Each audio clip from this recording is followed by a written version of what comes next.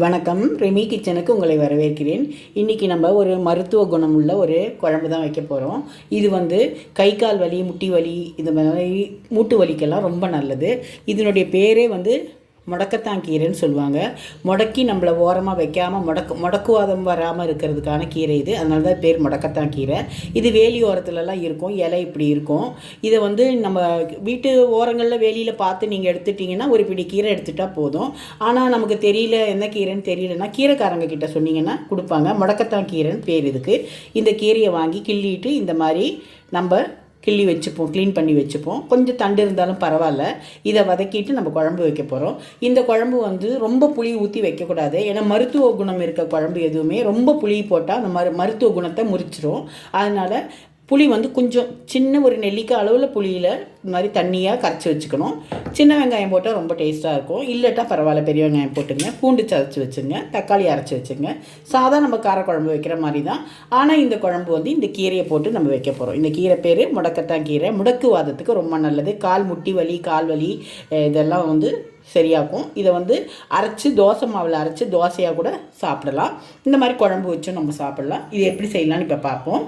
முதல்ல கடாயை சூடு பண்ணிப்போம். நான் கடாயில் தான் வைக்கிறேன். கடாயை சூடு பண்ணிப்போம். நல்லா வதக்கணும் இந்த கீரையை. கடாய் நல்லா சூடாகட்டும்.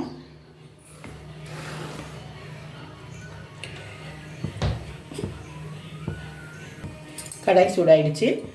நம்ம கொஞ்சமாக ஆயில் போட்டுப்போம். மருத்துவ குணம் உள்ள குழம்பாக இருக்கிறனால ரொம்ப ஆயிலெல்லாம் ஊற்றி ரொம்ப காரம் போட்டு அப்படிலாம் செய்யக்கூடாது. இது மருந்தாக நம்ம யூஸ் பண்ண போகிறது. அதனால் எல்லாமே கொஞ்சமாக தான் போடணும். இப்போ எண்ணெய் நல்லா சூடாகட்டும். கடுகு போட்டுப்போம். கடுகு வெடிக்கட்டும். கடுகு வெடிக்குது. இப்போ நம்ம கொஞ்சமாக வெந்தயத்தை போட்டுப்போம். வெந்தயம் சீக்கிரம் கரிஞ்சிடும். அதனால் வெந்தயம் போட்ட உடனே கொஞ்சம் பூண்டு பல்லை நசுக்கி போட்டுப்போம். அப்புறம் இந்த மாதிரி பச்சை மிளகாவை நம்மளே எப்படியும் உடச்சி போட்டுப்போம். ஏன்னா ரொம்ப காரம் போட போகிறது இல்லை இந்த குழம்புல. கொஞ்சமாக தான் காரம் போட போகிறோம். ஒரு டேஸ்ட்டுக்காக சும்மா ஒரு 4 பச்சை மிளகாவை நசுக்கி போட்டுப்போம். நல்லா வதக்கிப்போங்க. இது வதக்கமே கொஞ்சம் வதங்கிட்டு இருக்கும்போது நம்ம கொஞ்சம் உப்பு போட்டுப்போம். அப்புறமா இந்த சின்ன வெங்காயத்தை இந்த மாதிரி பொடியாக கட் பண்ணி வச்சுருக்கேன். ரொம்ப பொடியாக இல்லை, கொஞ்சம் ஒன்று பாதியமாக கட் பண்ணி வச்சுருக்கேன். அதை போட்டுப்போம். இதெல்லாம் அந்த குழம்பு அந்த கீரையோட டேஸ்ட் கொஞ்சம் கசப்பாக இருக்கும். நமக்கு அந்த கசப்பு தெரியாமல் இருக்க தான் இதெல்லாம் போடுறோம். இதை நல்லா வதக்கிப்போம். கொஞ்சம் பாதி வதங்கினோடனே கீரையை போட்டு வதக்கலாம். கீரை நல்லா வதங்கணும். இது கொஞ்சம் வதங்கட்டும். வதங்கும்போது நம்ம கொஞ்சம் உப்பு போட்டுப்போம். குழம்பு அப்புறம் கொதிக்கும்போது உப்பை பார்த்துக்கலாம். பூண்டு வெங்காயம் நல்லா வதங்கிடுச்சு.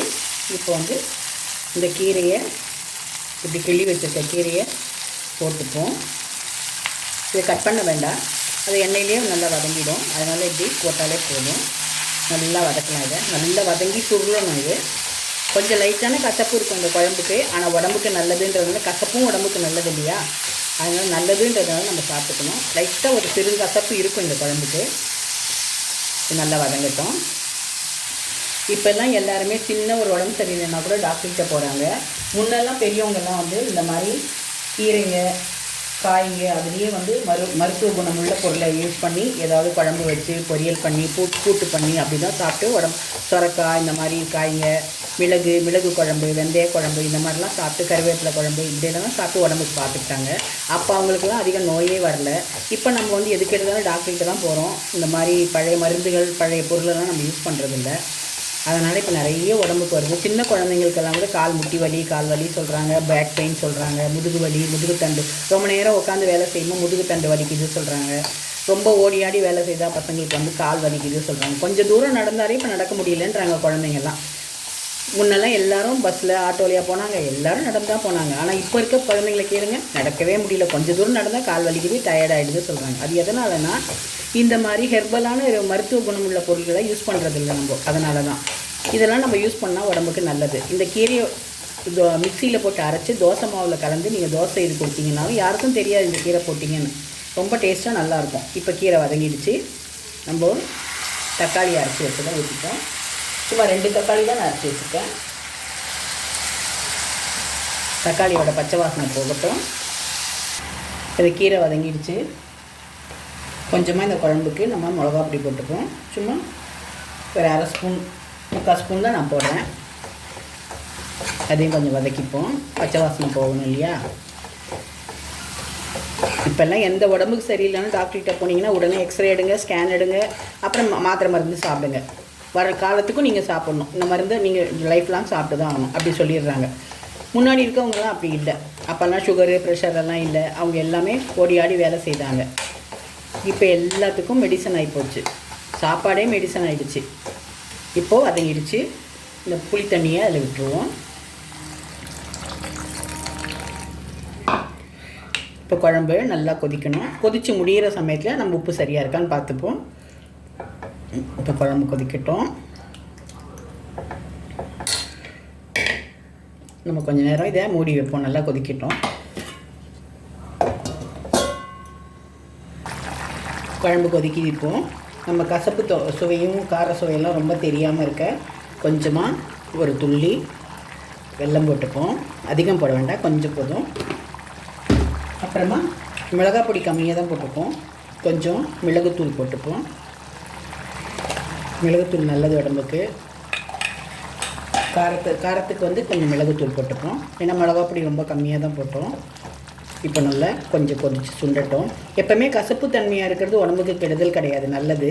ஆனால் நம்ம டேஸ்ட்டாக நம்ம வறுத்து பொரித்து எல்லாம் சாப்பிட்றோம். அது நல்லா டேஸ்ட்டாக இருக்கும். ஆனால் அது உடம்புக்கு கெடுதல். நம்ம வந்து இந்த மாதிரி இப்போ பாருங்கள், அரை ஸ்பூன் எண்ணெய் தான் நான் ஊற்றிருக்கேன். ஊற்றி இந்த குழம்பு செய்து இந்த குழம்புல நம்ம சூடாக சாதம் போட்டு நல்லெண்ணெய் வேணால் விட்டுக்குங்க. சில பேர் நெய் வேணால் விட்டுக்குங்க. இல்லைன்னா ஒன்றும் வேண்டாம்னா இந்த சாதத்தை அப்படியே சாப்பிடலாம். இந்த குழம்பு போட்டுட்டு இந்த கீரை பாருங்கள் நல்லா வெந்து இதாகிருக்கு. இந்த கீரையோடு வச்சுட்டு சாதம் பிசைஞ்சு சாப்பிட்டிங்கன்னா உடம்புக்கு ரொம்ப நல்லது. கால் முட்டி வலியெல்லாம் பறந்து போயிடும். வாரத்தில் ஒரு 2 நாள் இந்த கீரையை சாப்பிட்டிங்கன்னா, ஒரு நாள் குழம்பா சாப்பிடுங்க, ஒரு நாள் தோசை மாவில் கலந்து சாப்பிடுங்க. அப்படி நீங்கள் சாப்பிட்டிங்கன்னா, தொடர்ந்து சாப்பிட்டிங்கன்னா கால் முட்டி வலியெல்லாம் சரியாயிடும் சொல்கிறாங்க. இதெல்லாம் முன்னாடி பெரியவங்க யூஸ் பண்ணது தான். இப்போ நம்ம புதுசாக யாரும் யூஸ் பண்ணுறது கிடையாது. அதை நீங்கள் திரும்ப நம்ம எல்லாமே பழமைக்கு போயிட்டுருக்கோம். பழையதை தான் இப்போ எல்லாமே யூஸ் பண்ண ஆரம்பிக்கிறாங்க. மண் பானையில் தண்ணி குடிக்கணும்னு சொல்கிறாங்க. பிளாஸ்டிக் யூஸ் பண்ணக்கூடாது சொல்கிறாங்க. அதெல்லாம் வந்து பழைய ஆளுங்க யூஸ் பண்ணாத பொருள் தான். இப்போ தான் நம்ம அதெல்லாம் யூஸ் பண்ண ஆரம்பிச்சிட்டோம். இப்போ இனியும் எல்லாருமே இப்போது பழமைக்கு போயிட்டுருக்கோம். அதனால் மறந்து போன இந்த குழம்பு, இந்த வகைகள்லாம் நம்ம செய்து பார்த்து உடம்புக்கும் நல்லது. நம்ம அடுத்த ஜென்ரேஷனுக்கும் இதை நம்ம தெரியப்படுத்தணும்னா அவங்களும் இதை ஃபாலோ பண்ணுவாங்க. அதுக்காக தான் இந்த குழம்பு நான் உங்களுக்கு செய்து காட்டுறேன். இதை வாரத்தில் 2 நாள் இந்த குழம்பு, அந்த இல்லைன்னா நம்ம இலையை போட்டு தோசை. உங்களுக்கு வீட்டில் கிட்ட கிடைக்கலன்னா ஒன்றும் கஷ்டம் இல்லை. கீரைக்காரங்க கிட்ட சொன்னீங்கன்னா அவங்க கொண்டு வந்து கொடுப்பாங்க. இந்த கீரை முடக்கத்தான் கீரைன்னு இதுக்கு பேர். முடக்கத்தான் குழம்பு இது. இந்த கால் முட்டி வலி, முதுகு வலி, பேக் பெயின் எல்லாத்துக்குமே நல்லது. இது வலிகளுக்கு எல்லாமே, எல்லா வலி நிவாரணி இந்த மருந்து தான். இது பேரே வந்து முடக்கத்தான். முடக்கி நம்மளை வைக்காது, நம்மளை ஆக்டிவாக வச்சுக்கும். அதுக்கு தான் இதனுடைய பேரே முடக்கத்தான் கீரைன்னு. அதனால் இதை நீங்கள் யூஸ் பண்ணி பாருங்கள். இந்த குழம்பு ரொம்ப நல்லாயிருக்கும். இதை நீங்கள் செய்து ஃப்ரிட்ஜில் வச்சா கூட 2 நாள் வச்சு கூட சாப்பிட்லாம். தோசை கூட தொட்டு சாப்பிட்லாம், நல்லாயிருக்கும். சாதத்துக்கு சாதத்துக்கு சூடாக நீங்கள் போட்டு பேசி சாப்பிட்டீங்கன்னா ரொம்ப நல்லாயிருக்கும். இதை இப்போ எல்லோரும் ட்ரை பண்ணி பாருங்கள். இதை சாப்பிட்டுட்டு வாழ்க வளமுடன். எல்லோரும் இதை ட்ரை பண்ணி பார்த்து நல்லா இருக்குன்னு எனக்கு சொல்லுங்கள், மெசேஜ் பண்ணுங்கள். நான் இதை செய்கிற மாதிரி நீங்களும் இதை செய்து உங்கள் வீட்டில் இருக்கவங்க எல்லாருக்கும் கொடுத்துட்டு சந்தோஷப்படுங்க. நம்ம எல்லாமே ஒரு பொருள் சமைச்சு கொடுக்கும்போது அதில் சில மருத்துவ குணமும் சேர்த்து நம்ம செய்து கொடுத்தோம்னா அதே உடம்புக்கு ரொம்ப நல்லது. அதனால தான் நான் இன்றைக்கி இதை போட்டிருக்கேன். இதை நீங்கள் எல்லோரும் ட்ரை பண்ணி பார்த்து எப்படி இருக்குன்னு எனக்கு சொல்லுங்கள், மெசேஜ் பண்ணுங்கள், சப்ஸ்கிரைப் பண்ணுங்கள், லைக் பண்ணுங்கள், ஷேர் பண்ணுங்கள். தேங்க்யூ.